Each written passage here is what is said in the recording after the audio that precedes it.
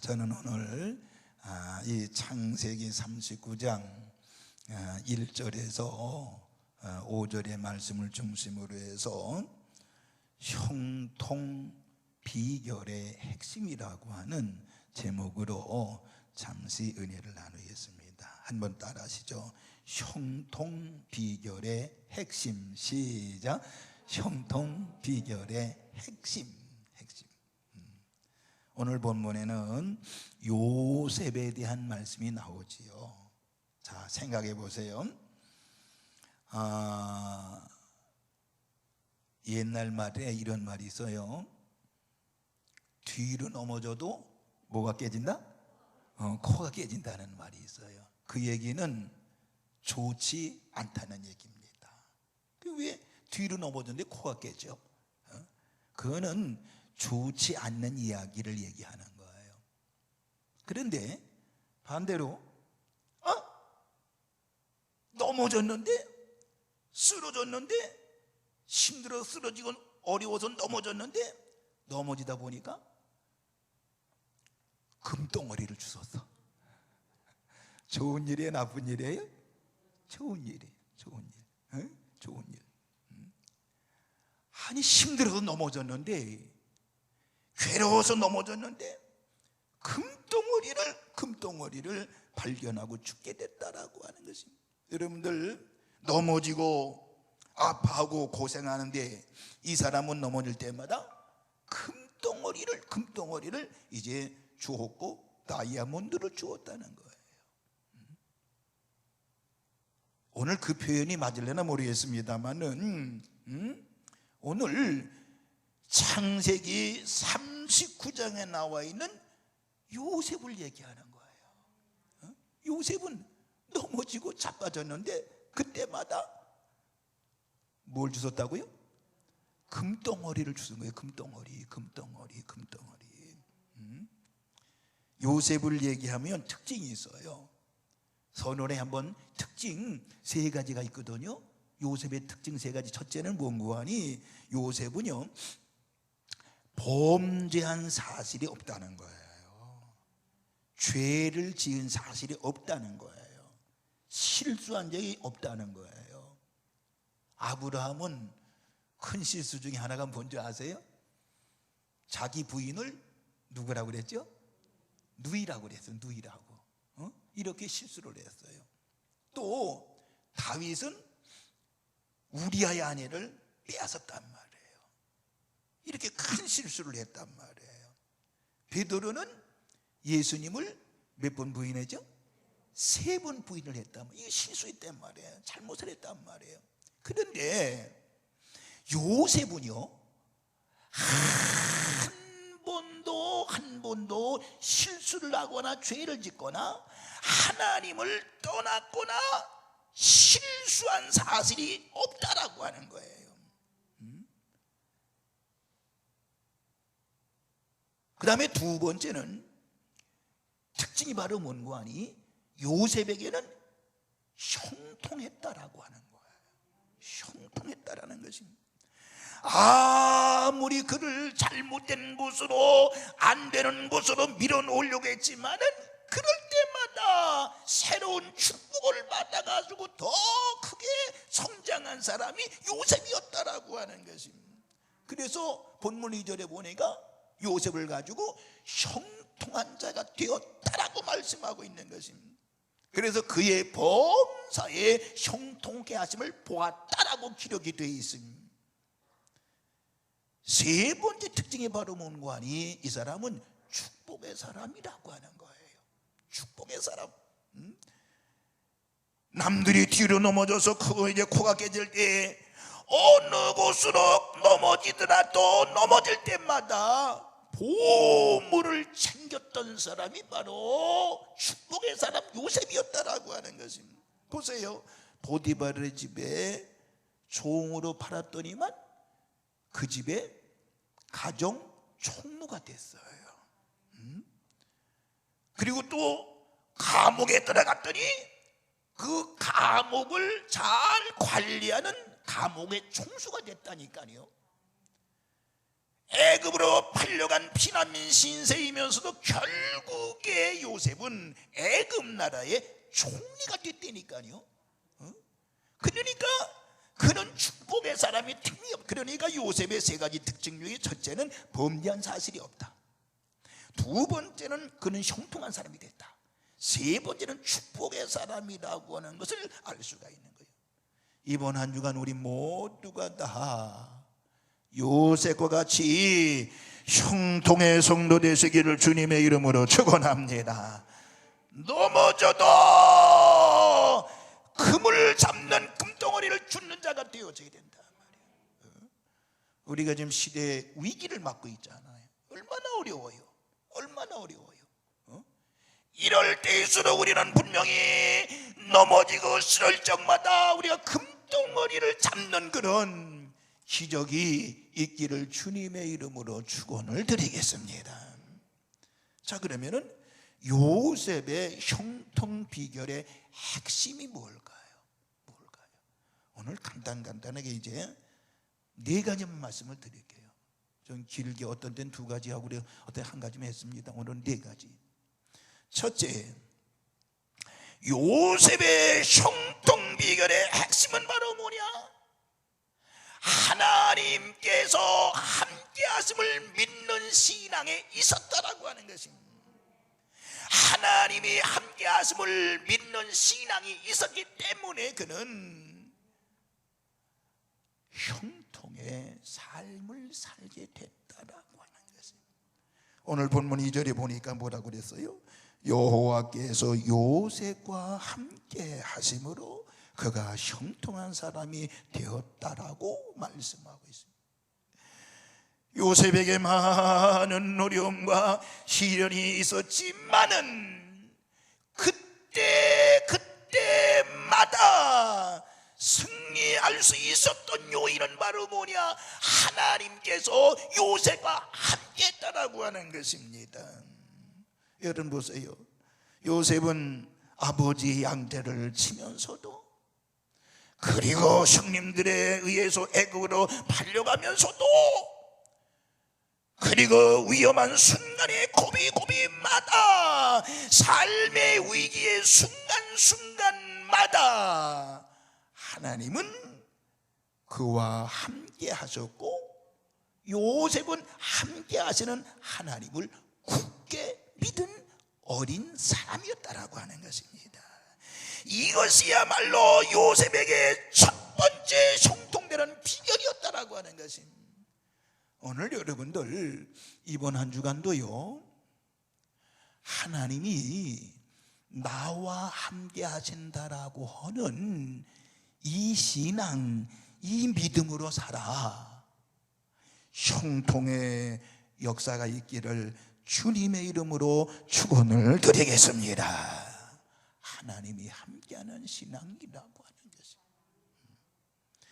두 번째, 요셉의 형통 비결의 핵심은 바로 뭐냐? 최선을 다하는 열심이 있었다라고 하는 것입니다. 최선을 다하는 열심이 있었다는 것입니다. 오늘 본문 4절에 보면 요셉은 보디발의 가정에 가정 총무가 되었다라고 기록이 되어 있습니다. 그러니까 보디발 장군은 자기의 전 재산을 전부 어린 요셉에게 맡겼다라고 하는 것입니다. 다시 말하면 애굽에서 가나안 땅으로 팔려온 노예인 종에게 자기의 가정의 모든 것, 인사권, 재정권, 전권을 맡겼다라고 하는 것입니다. 여러분 보세요.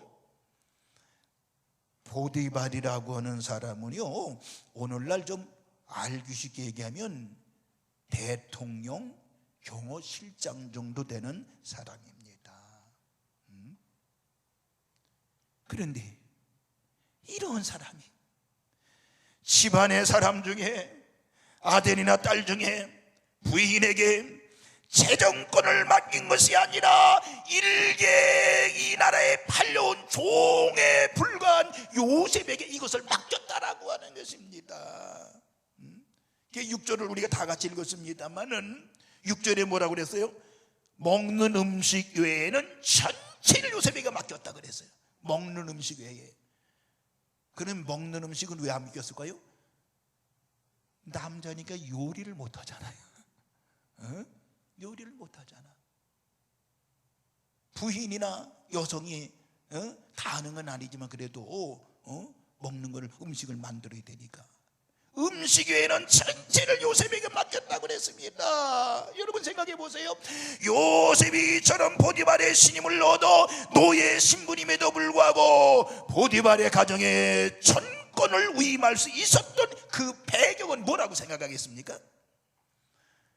요셉은요, 어디를 가든지 최선을 다하는 열심이 있었기 때문임을 믿으시길 바랍니다. 여러분, 열심히 일하는 것, 성실하게 노력하는 것을 보고 보디발이 그 요셉에게 모든 것을 맡겼다라고 하는 것입니다. 그러니까 요셉은 믿을 수 있는 사람이었고 책임을 맡겨도 좋은 정직하고 성실한 사람이었고 주인을 위해서 헌신하는 사람이었기 때문에 요셉에게 맡겼다라고 하는 거예요. 그런 사람이 형통하지 않을 수 있겠어요? 생각해 보세요. 한마디로 요셉은 최선을 다하는 열심의 사람이었고 그것이 그가 형통의 비결이었다라고 하면 오늘 저와 여러분들 장소와 환경에 구애됨이 없이 최선을 다하시는 우리 산돌의 식구들 되시기를 주님의 이름으로 축원을 드리겠습니다. 최선을 다하는 열심이 있었다는 거예요. 저는 우리 교회 9년차 지금 심호하고 있잖아요. 우리 교회 성도들이요, 알게 모르게 구석구석에서요 말없이 열심히 하시는 분들이 있기 때문에 교회가 뛰어져가는 거예요. 말없이 열심히 구석구석마다 자기들의 맡긴 일에 열심히 하기 때문에 누가 알아주는 것도 아닙니다. 제가 여러분의 구석구석 가서 칭찬해 주는 것도 아닙니다. 열심히 하는 열심히 있었기 때문에 지금 교회가 돌아가고 있는데 바로 뭐예요? 요셉과 같은 신앙이었다라고 하는 것입니다. 오늘 저와 여러분들 이번 한 주간도 요셉의 형통 비결의 핵심은 최선을 다하는 열심이었다고 하면은 직장이면 직장에서, 가정이면 가정에서, 사업터면 사업터에서 열심을 다하시는 우리 성도들 되시기를 주의 이름으로 축원합니다. 세 번째, 요셉의 형통 비결의 핵심은 바로 뭐냐? 세속적인 출세보다 신앙적인 고난을 선택했다라고 하는 것입니다. 무슨 말이에요? 세상적으로 출세하는 것보다는 신앙적인 고난, 신앙적인 연단, 이것을 택했다라고 하는 것입니다. 오늘 이 본문 39장 6절과 7절에 보면 요셉이 아주 준수한 용모의 아담한 청년이었다라고 기록하고 있습니다. 그런데 이 보디발의 아내가 요셉에게 나쁜 마음을 먹었습니다. 잘못된 일인지 알면서 있을 수 없는 요구를 해왔습니다. 누구에게? 어린 요셉에게. 이 요셉에게 두 가지 선택이 가능하지요. 첫 번째는 바로 뭐예요? 보디발 아내의 요구에 응해 주는 것입니다. 보디발 아내의 유혹에 요구해 주면 요셉은 상류사회의 입문이 가능했을 것입니다. 그녀의 힘으로 이 궁정에서 높은 자리에 오를 수도 있었을 것입니다. 돈, 명예, 향락 등 세속적인 행복의 요소를 완벽하게 갖출 수도 있었을 일입니다. 애굽에서 팔려온 노예로서 얼마나 좋은 기회입니까? 얼마나 좋은 기회예요. 세속적인 출세의 축복이 완전히 보장되는 선택의 순간이었습니다. 이게 첫 번째 선택권이에요. 두 번째는 그녀의 요구에 응하지 않는 것이었습니다. 그럼 어떻게 되겠어요? 불보듯 뻔한 거예요. 당장 누명을 씌워서 그는 이제 처형될 수밖에 없지요. 감옥에 갇히게 될 것입니다. 어떻게 보면 생명까지도 위협에 처할 수가 있을 것입니다. 그렇게 하면 고난의 길이 예비되어서 얼마나 끔찍한 일입니까? 한 번 죄와 타협을 하고 눈 한 번 슬쩍 감으면 모든 것이 형통하는데, 그리고 세속적인 축복의 길이 활짝 열릴 텐데, 그러나 반대의 길을 선택해서 의를 지키고 죄 짓지 않으려고 노력하며 신앙의 길을 선택했다고 하면 고난의 길이 예비될 뿐인 것입니다. 이 두 가지 기로 해서 요셉의 결단은 뭐예요? 39장 9절에 보내게 이렇게 말합니다. 그런즉 내가 어찌 이 큰 악을 행하여 하나님께 죄를 지으리까? 그러니까 보디발의 부인에게 분명하게 거절을 하지요. 이것은 뭐예요? 요셉은요, 철저하게 하나님 중심이었다라고 하는 것입니다. 요셉의 가치 판단의 기준은 바로 언제나 하나님이었다라고 하는 것입니다. 그러니까 나쁜 길을 잘못된 여인의 그 요구를 결단코 거절했다라고 하는 것입니다. 세속적인 출세나 이기적인 염달보다는 차라리 신앙적인 고난을 선택했다라고 하는 것입니다. 하나님께서 그런 요셉의 마음을 보셨고 결국 요셉을 형통하게 만들어 주신 줄로 믿습니다.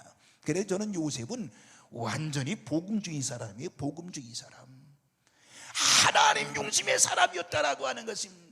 일확천금이 자기 손에 들어왔는데 불과 그걸 떨쳐버릴 수 있는 복음주의적인 사람, 하나님 사람이었다라고 하는 것입니다. 어떤 분들은 제가 이제 한 달 4주를 예배를 못 드렸단 말이에요. 못 드리겠단 말이에요. 저는 문 닫아 걸고 했단 말이에요. 어떤 분 그럴지도 몰라요. 뭐 아직 내가 내 귀에 그런 얘기는 안 들어왔으면 우리 목사님은 너무 극단적인 사람이야. 우리 목사님은 하나밖에 모르는 사람이야. 그럴 수도 있겠지요. 저는 39년의 목회를 하면서요, 내 마음속에는 오직 하나님 복음주의라는 사실을 저는 그걸 가지고 목회를 해왔습니다. 복음주의입니다. 복음주의. 복음보다 앞설 것이 있다 그러면 안 된단 말이에요. 복음주의라고 하는 것입니다. 그래서 제가 제일 많이 쓰는 단어가 성령이라는 단어를 제일 많이 쓰고 있습니다. 기도라고 하는 말을 많이 하고 있습니다만은, 여러분 혹시 하나밖에 모르는 목사라고 나쁜 뜻으로 얘기한 사람이 있다고 그러면은 우리 목사님은 진짜 하나밖에 모른다고 얘기해 주시기 바랍니다. 그 하나는 뭐예요? 하나님이요. 복음주의 하나님이란 말이에요. 어떤 사람은 이걸 자꾸 나쁜 프레임을 씌워가지고요 그냥 비방하려는 사람이 있다. 우리 교회는 없어요. 여러분, 요셉이 그렇게 출세할 수 있었던 것은 오직 하나님, 오직 하나님, 오직 하나님. 저는 영상 예배하는 걸 반대하지 않는 사람이에요. 그래서 이제 도주전부터는 영상도 같이 여러 띄웠습니다만은 우리 그동안 이제 1부, 2부, 3부 하면서 그래도 많은 분들 나와서 예배했어요. 예배했단 말이에요. 예배했단 말이에요. 뭐 그분들이 예배했다는 뭐 믿음이 좋다 없다 그런 얘기를 하는 건 아닙니다만은 오늘 우리의 신앙은 언제든지 복음주의적인 하나님 중심의 삶을 살 때 하나님이 분명히 믿기는 형통케 하실 줄로 믿으시기 바랍니다. 자, 그럼 마지막 네 번째, 요셉의 형통 비결의 핵심 바로 뭐냐? 이 굉장히 중요한 사실인데, 마지막 최악의 상황 속에서도 언제나 하나님의 뜻을 찾는 믿음이 있었다라고 하는 것입니다. 최악의 상황 속에서도 언제나 하나님의 뜻을 찾는 믿음이었다. 이게 무슨 말이에요? 성경을 보면요, 참으로 놀라운 사실을 발견하게 되는데요, 요셉이 형들에 의해서 애굽에 팔려갈 때에도 요셉은 형들이나 아버지를 원망하지를 않았습니다. 보디발의 아내 때문에 감옥에 갇히면서도 요셉은 보디발이나 보디발의 아내에 대해서 원망하지 않았습니다. 더군다나 하나님을 향해서도 원망하지 않았습니다. 보통 사람 같았으면 하나님, 내가 왜 아직까지 죄도 하나 짓지 않고 떳떳하게 믿음으로 살았는데, 믿음을 지켰는데, 그런데 고작 지금 나에게 돌아온 것은 이 애굽 나라에서 감옥입니까? 감옥입니까?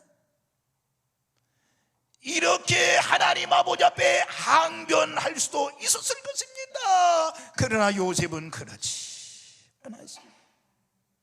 자기에게 닥쳐오는 위기의 순간마다, 어려움과 고난의 순간마다, 최악의 상황 속에서도 언제나 하나님을 머릿속에 생각을 했던 것입니다. 다시 말하면 요셉은 내가 당하는 고난 속에 더 좋은 뜻이 있을 거야? 하나님을 믿고 기다려야지, 이렇게 생각했던 것입니다. 여러분, 50장 20절에 보면 보세요. 자기를 애굽에 판 형들을 만나게 돼요. 그래서 우리는 흔히 이렇게 얘기하죠. 원수는 어느 다리에서 만난다? 외나무 다리에서 만난다고 그래요. 그러니까 동생은, 팔려먹은 동생은 국무총리가 됐고 형들은 무릎 꿇고 여기 앉아있단 말이에요. 얼마나 불안했겠어요. 뭐 깜짝 놀랐겠죠. 형들이 성경에 기록은 안 됐지만은 기절 몇 번 했을 거예요. 기절 몇 번 했을 거예요. 불불 떨고 있는 형들을 향해서 뭐라고 그래요? 형님들은 나쁜 마음으로 나를 애굽에 팔았지만은 그러나 하나님은 그것을 선으로 바꾸어 주셨습니다. 그러니까 내가 애굽으로 팔린 것은 형님들이 나를 미워서 받았기 때문이 아닙니다. 나를 먼저 애굽으로 보내셔서 형님들이 어려움 당할 때에, 기근 당할 때에 먹을 양식을 예비케 하시려고 하나님 섭리 중에 나를 애굽으로 보낸 것입니다. 이렇게 얘기했다니까.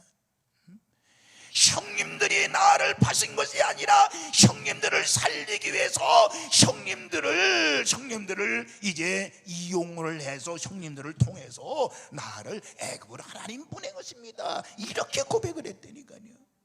여러분들, 자신이 애굽으로 팔리는 그 고통 속에 바로 하나님의 숨은 뜻이 있었다라고 고백하는 것입니다.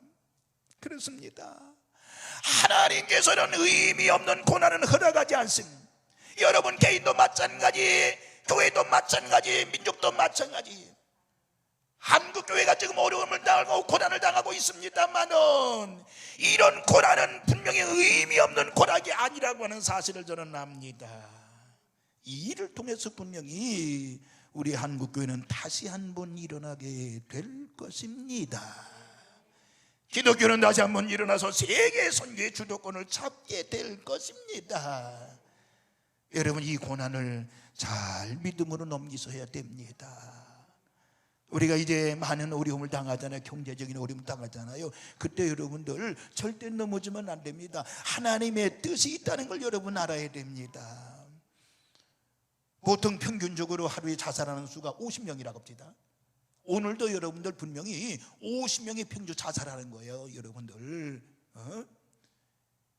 어려우니까, 힘드니까. 우리는 성도들은 그러면 안 됩니다. 왜? 의미 없는 고난은 하나님이 허락지 않는다는 사실을 알아야 됩니다.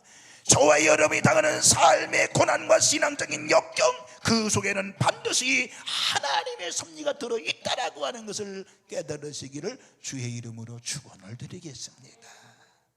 이번 한 주간 모두가 다 형통비결의 핵심을 알았으니 이번 주간 하는 모두가 다 믿음으로 승리하는 한 주간이 되시기